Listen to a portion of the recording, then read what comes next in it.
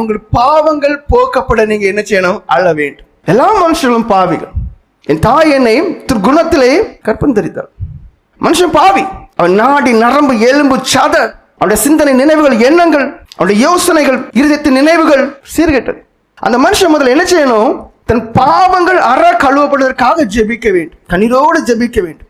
உங்களை காட்டிலும் ரொம்ப கொடூரமான ரொம்ப மோசமான விதத்திலே ஒரு நபர் ஒரு தப்பு பண்ணுவார். தாவீது ராஜா விபச்சாரம் என்கிறதான ஒரு பாவம், ஒருபடி மேல போய் புருஷனையே கொலை செய்யக்கூடியதான ஒரு காரியத்தை செய்கிறார். ஆனால் அந்த மனுஷனை பாருங்கள், மறுபடியும் தேவனுடைய இரக்கத்தை பெற்றுக் கொள்கிறார். காரணம் என்ன?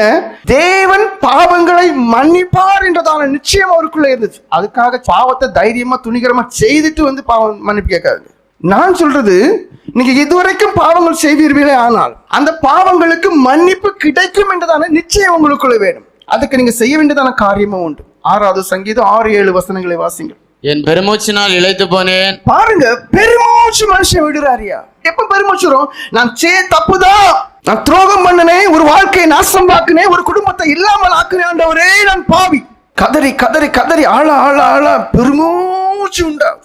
நாட்டு ஆளுறது எனக்கு முக்கியமா இல்லை. முதல்ல நான் இப்ப என்ன செய்யணும்?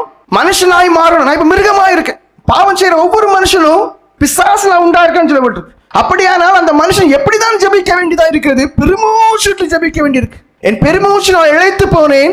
ராமுழுதும் என் கண்ணீரால் என் படுக்கையை மிகவும் ஈரமாக்கி. பாருங்க, கண்ணீர் இரவும் சரி, பகல்ல ஜெபம் பண்ணிட்டேன், எனக்கு கொஞ்சம் படுத்துங்க. இல்ல, எனக்கு விடுதலை வேணும். அந்த விடுதலை தேவனிடத்திலே பெற்றுக்கொள்ள வேண்டும். அதற்கு காரணமா இருக்கிற சுயம், மாம்சம், அந்த இச்சை ரோகம் எல்லாம் என்னை விட்டு அகற்றப்பட்டு போகும். நான் புது மனுஷனாய் மாற வேண்டும். இப்ப நீங்க என்ன சொல்றீங்க? இப்ப எல்லாம் ரட்சிக்கப்பட முடியாதியா, எனக்கு பல காரியங்கள் இருக்கு. நீங்க தேவ துரோகிகள். தாவீது நாத்தானால் எச்சரிக்கப்படும் போது அதன் பிறகு ஆட்சி பண்ண வேண்டும் என்று பார்க்கவில்லை. இந்த மனுஷன் உபவாசம் இருந்தார். ரெட்டிலும் சாம்பலிலும் இருந்து, முதலில் எனக்கு தேவை நாட்டை ஆளுறது அல்ல, வெளியிடங்கள் நல்லவன் போல காண்பிக்கிறது அல்ல, பாவம் வர கழுவப்பட்டு உள்ளும் புறமும் பரிசுத்தவானாய் தேவனுக்கு ஏற்றவனாய்.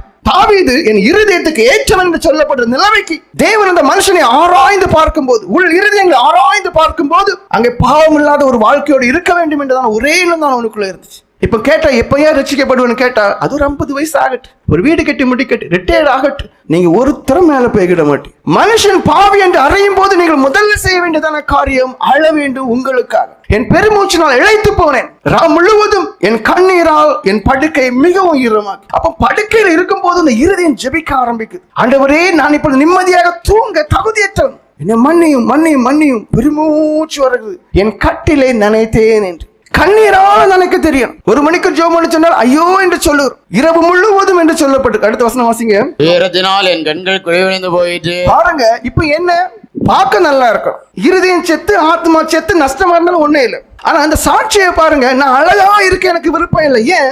உங்களுக்கே தெரியும், சிலுவையிலே அவர் தொங்குகிறார். அவரோட முகம் கருப்பா இருந்து என்று சொல்லுது, அழுக்கடைந்திருந்து. என்னை பார்த்தவர் தங்களுடைய முகத்தை திருப்பினார் என்று. ஏன்னா அவ்வளவு கொடூரமா இருந்துச்சு. நாய்கள் என்னை சூழ்ந்து கொண்டது என்று இருக்குது. பொல்லாத ஜனங்கள் சூழ்ந்து அடித்த அடிகள், காயங்கள் அந்த முக ரூபத்தை அப்படியே மாற்றிட்டு. உங்களுக்கே தெரியும், கண்ணில் கொஞ்சம் அடிபட்டு வீங்கிட்டு அந்த முகம் அப்படியே மாறி. துயரத்தினால் என் கண் குழி விழுந்து போயிட்டு.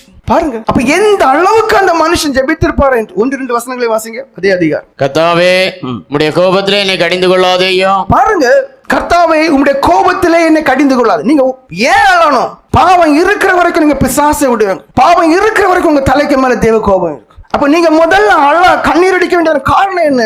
தேவ கோபம் மாறும்.